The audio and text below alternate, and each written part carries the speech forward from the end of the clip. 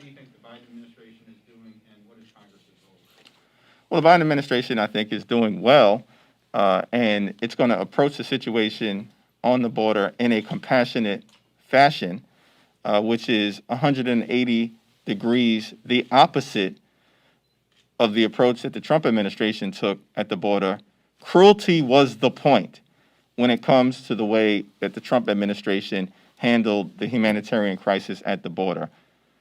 Compassion, lifting up the rule of law, and the fact that we're a nation of immigrants who embrace the idea that people who come to our borders seeking asylum should be given a meaningful opportunity to be heard. I expect that all of those principles will be lifted up by the Biden administration as it confronts this crisis. And also, it's important to note, and then I'll yield to Pete, who has been working hard and is one of our leaders on the immigration issue, is that in the comprehensive immigration reform bill that is being championed by Linda Sanchez on behalf of the Biden administration, there's a plan to deal with the humanitarian situation in the Central American Northern Triangle countries, in particular of Guatemala, Honduras, and El Salvador.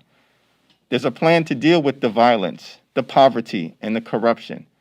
And at the end of the day, it's that type of forward-looking intervention in the areas of need that result in the migration that we then see at the border that will be the ultimate solution. And I know that's something that the Biden administration is committed to undertaking. This is a process, what the Biden administration is doing, that'll be rooted in compassion. And so that's the difference. What we saw in the Trump administration was intentional child separation and no effort to reunite families. And so now we've turned the page, and individuals who are claiming lawful asylum will be viewed just that way. There is a process for this. The Biden administration will move toward that process, and we will hold them accountable, just like we did the prior administration, to ensure that they're following the law.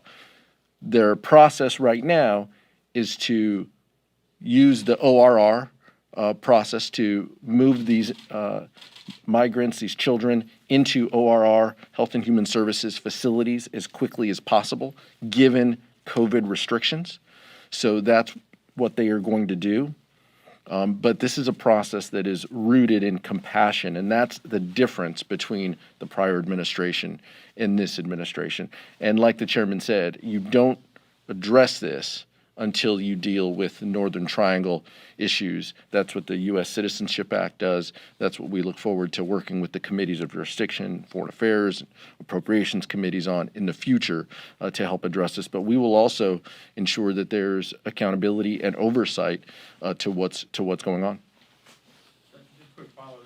In the very near term, I understand the Northern Triangle situation, that's a much longer-term solution. In the near term, these facilities are being described as jails, and as you're shifting them to the HHS facilities, is there anything Congress can do to ease that situation down? Well, I know there are ongoing conversations between the chairs of jurisdiction and many different members of Congress with the Biden administration to try to address the conditions that you've raised. I haven't seen where they've been described as jails, but as Pete indicated, I think we are confident that the Biden administration is going to approach the humanitarian situation at the border anchored in compassion as opposed to anchored in cruelty.